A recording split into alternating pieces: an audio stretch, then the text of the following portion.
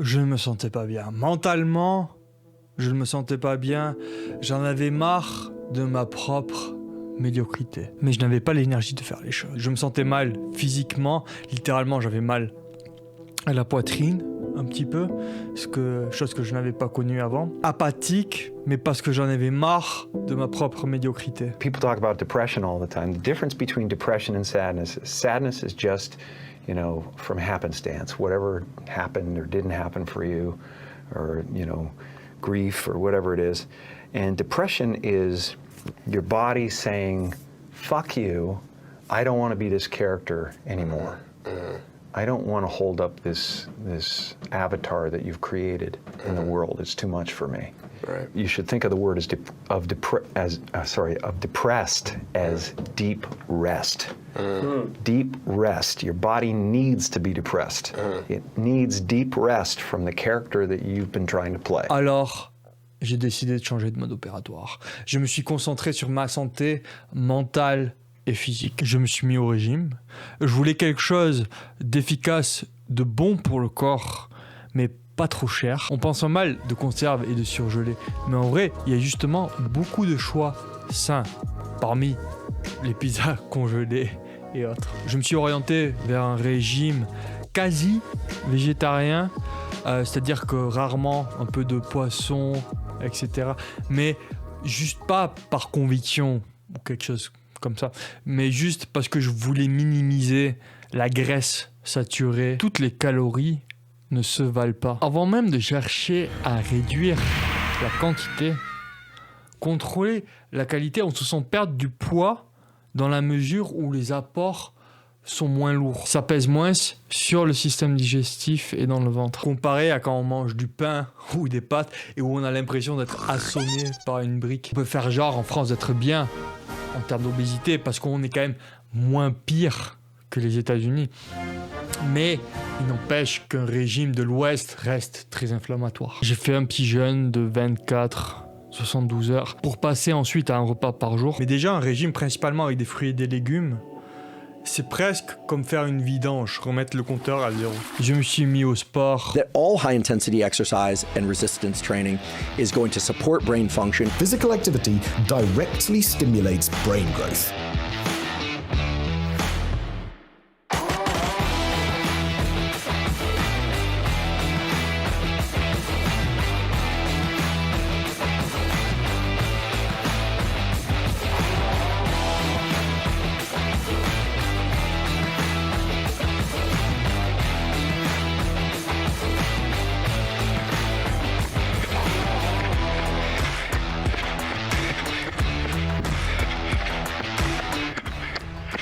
Zone 2 cardio is immensely beneficial. Just consider that movement out of doors on the weekend.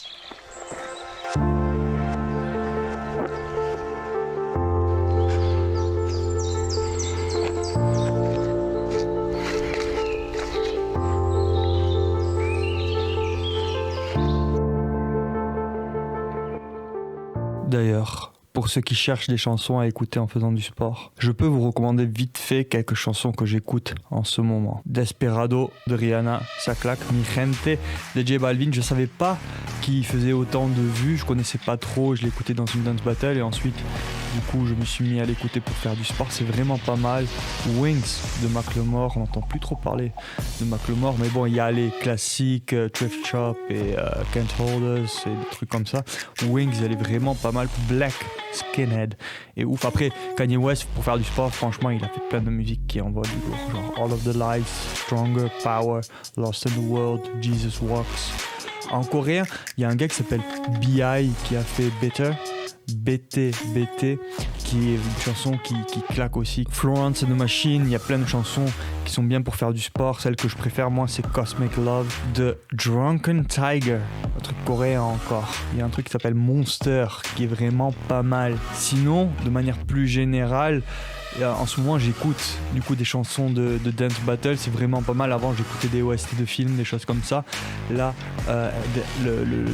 les chansons de Ambitious, les mix, c'est de la patate. Et je me suis focalisé aussi sur la récupération. Ça ressemble pas à grand chose, mais un sauna portable est accessible financièrement Et une douche froide ne coûte rien, un bain froid ne coûte rien. J'ai même fait un peu de yoga pour étirer mon grand corps néerlandais non flexible. Vu que je me suis remis à la méditation, ça m'a fait pas mal de bien à ce niveau-là aussi, vu que ça m'a permis de rester assis sans trop d'inconfort. Il y a une vidéo très bonne que j'ai trouvée quand je faisais pas mal de méditation. Donc je me suis remis à pratiquer celle-là quand j'ai commencé à méditer. Je me suis concentré sur le souffle pour fuir ce que je ressentais, pour me battre contre ce que je ressentais. Mais là, je pratique cette méditation sans objet, sans me concentrer sur le souffle, pour m'ouvrir à tout.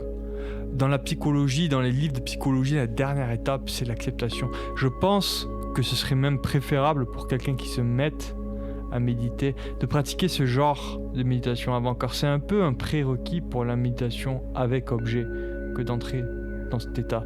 En alliant les deux, c'est vraiment puissant, mais s'il nous faut préférer qu'une des deux, je pense que la méditation sans objet est mieux. Cette méditation m'a permis de ressentir à nouveau mes émotions, de sortir du jour au jour sans fin, de vivre au lieu de survivre. C'est une nouvelle source d'énergie quand on cesse de se battre mentalement et qu'on accepte les émotions désagréables pour se laisser guider par la direction latente de l'univers. Imaginez une dualité presque avec le cerveau et le laisser courir, se rendre compte que ce qui est désagréable n'est pas nécessairement négatif et ne rien chercher à contrôler. Laisser le cerveau faire du bruit, le laisser penser ce qu'il veut.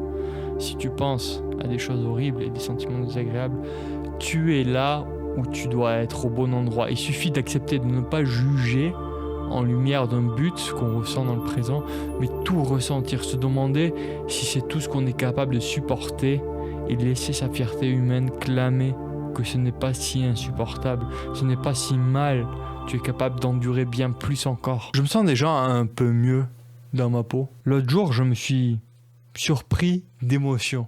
Je ne sais pas pourquoi, mais j'ai eu une envie soudaine de pleurer, presque comme un relâchement. Je spécule que c'était une libération d'anxiété que j'avais dans le corps. J'ai même une petite remontée de libido, même si je ne suis pas sûr que ça me rende plus heureux de me faire refuser par plus de femmes.